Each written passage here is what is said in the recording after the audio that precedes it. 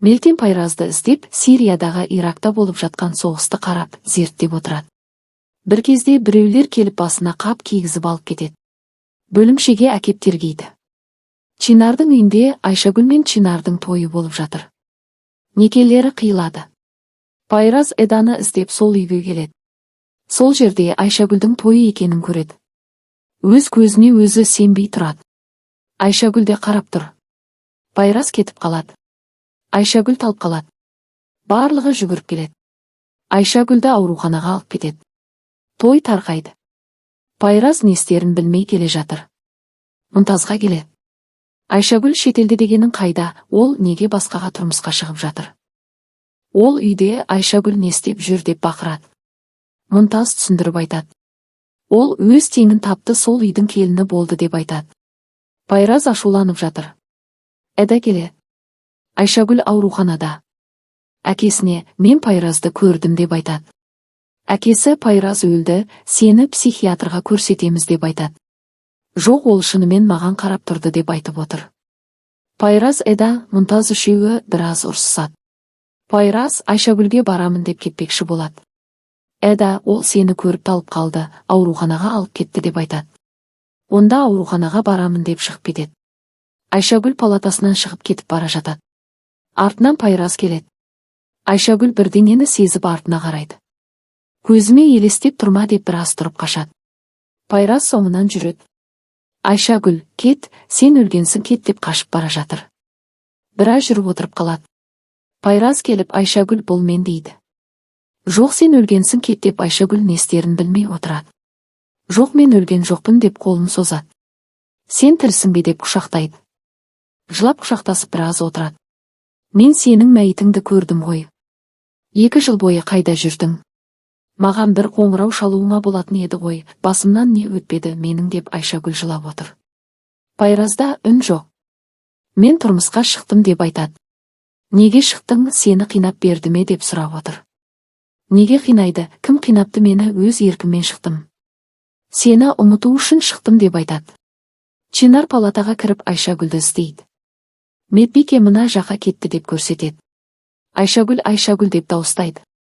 Айшагүл естіп, Чинар келді, мен кетуім керек деп айтады. Чинар деген кім дейді? Менің күйеуім деп тұрып кетеді.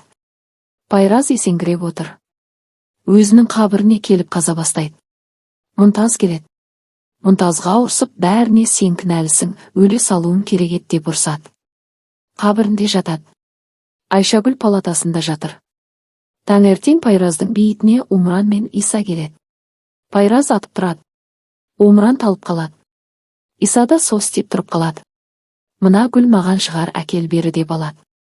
Аға, сіз тірісіз ба? Иә деп құшақтайды. Иса қатты қуанады. Содан Умранды тұрғызып алады. Ол да қуанып құшақтайды. Ешкімге айтпаңдар деп тапсырады. Айшагүл ауруханадан шығады. Пайраз екеуі кездеседі. Неге тұрмысқа шықтың, қалай дәтің барды деп сұрайды. Ал өзіңше осы уақытқа дейін қайда болдың деп сұрайды. Мен тозақта болдым дейді. Мен де тозақта өмір сүрдім. Тозағың ұзаққа созылмапты, өз жолыңды тауыпсың деп айтады. Пайраз кетіп қалады. Жолда келе жатқанда Мұнтаз хабарласып, Мелтемнің ұсталғанын айтады. Мелтемді сотқа әкетіп бара жатыр. Зулфикар жүгіріп келеді. Мелтем, саған тыныш жүр дедім, енді не болады деп сөйлейді. Мелтемді көлікке отырғызады. Арғы жағынан есік ашылып, Пайраз қарайды. Мелтем қуанып, жылап құшақтайды. Мен сенің өлгеніңе сенген жоқпын. Тірі екеніңді білдім деп жылайды. Содан Мелтемді сотқа келеді. Пайраз, қорықпа, сені шығарып аламыз деп жібереді. Мұнтазға, қалайда Мелтемді шығарып аласың дейді.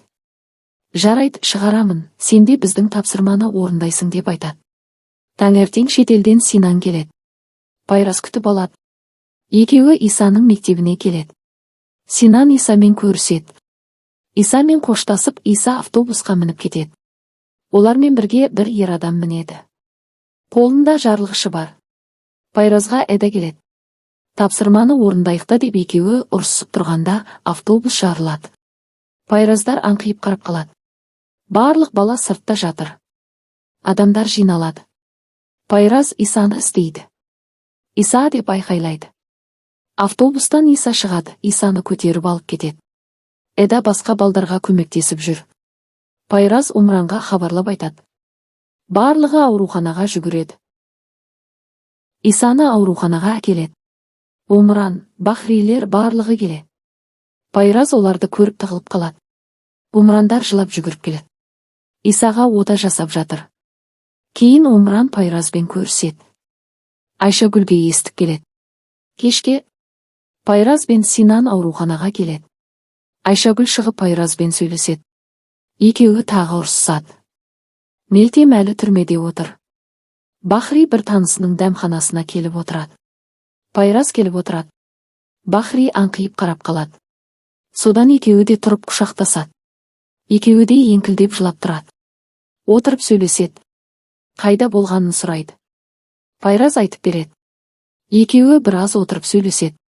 Пайраз бен Синан ешкім жоқта Исаға кіріп шығады.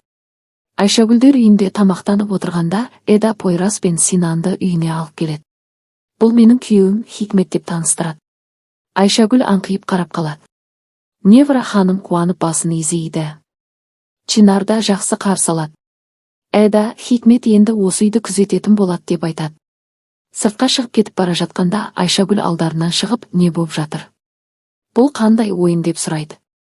Пайраз, ойын емес, біз тапсырма орындап жүрміз дейді. Эда, Пайраз деп айтпа, Хикмет деп айтасың деп айтады. Қайдағы Хикмет, мен қазір бәріне айтамын деп болған талқан болады.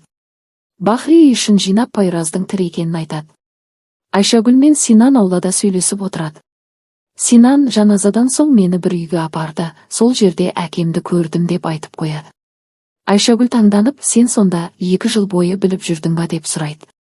Иә, ешкімге айтпа деген соң айтпадым деп айтады. Мен сияқты қиналмаған екенсің ғой деп айтып отырады. Мелтемді түрмеден шығарады. Зулфикар, Пайраз тірі дегенде сені есінен адасты ма деп ойласам деп кешірім сұрап отыр. Айшагүлдер барлығы тамақтанып отыр. Нерва ханым, қалай таныстыңдар деп сұрайды. Пайраз Айшагүлмен танысқан сәтін айтып береді.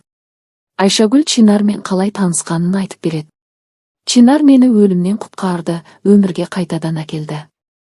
Бұрынғының бәрін ұмыттым деп айтып отырады. Пайраз шыны келіп отырады. Эда Айшагүлге Пайраздың басынан 2 жылда не өткенін айтып береді. Ол Сирияда бірнеше ай қамауда болды.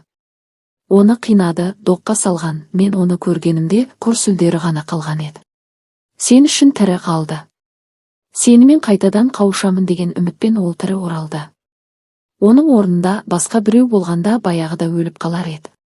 Бұны естіген Айшагүл жылап отыр. Бахри Пайразға Айшагүл жайлы айтып береді. Ештеңе ішпей жемей өмірден түңілгенін, өзіне қол салғанын бәрін айтады. Пайразда жылап отыр. Екеуі көшеде жылап келе жатады. Содан кездеседі. Жылап құшақтасып бір-бірінен кешірім сұрайды. Айшагүл Чинармен ажырасамын деп айтпақ болады. Исаның жағдайы нашарлап кетеді. Бауыр ауыстыру керек болады. Ешкімнің бауыры сәйкес келмейді. Чинарда қан талдауын жасайды. Кейін дәрігер хабарласып сәйкес келгенін айтады. Айшагүл ажырасу жайлы айтпақ болғанда, Чинар қуанып, мен беремін Исаны, аман алып қаламын деп қуанып тұрады.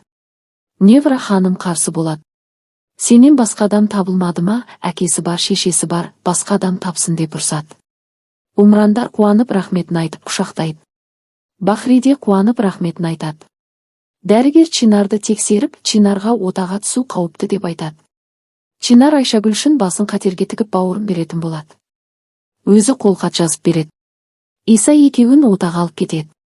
Невра ханым естіп, Явуз екеуі ауруханаға жүгіреді. Ота сәтті өтеді. Бірақ Чинардың бір аяғы істемей қалады. Невра ханым есінен тана жаздап тұрады. Ашуланып Айшагүлге сөйлеп тастайды. Қатты ашуланады. Чинарды үйіне шығарады. Сонымен Айшагүл Чинарға ажырасу жайлы сөз қозғамайды. Чинар Пайраз жайлы мәлімет жинауды бір адамға тапсырған. Ол детективі Пайраздың қабірін қазады. Чинарға хабарласып, Пайраз Карайл қабірде жоқ, демек ол тірі деп айтады. Үйіне келіп, интернетте ол жайлы мәлімет жоқ. Ешқандай суреті де жоқ. Барлығы желіден өшірілген. Ол құпия жұмыста істеп жүрген адам болуы мүмкін деп айтады.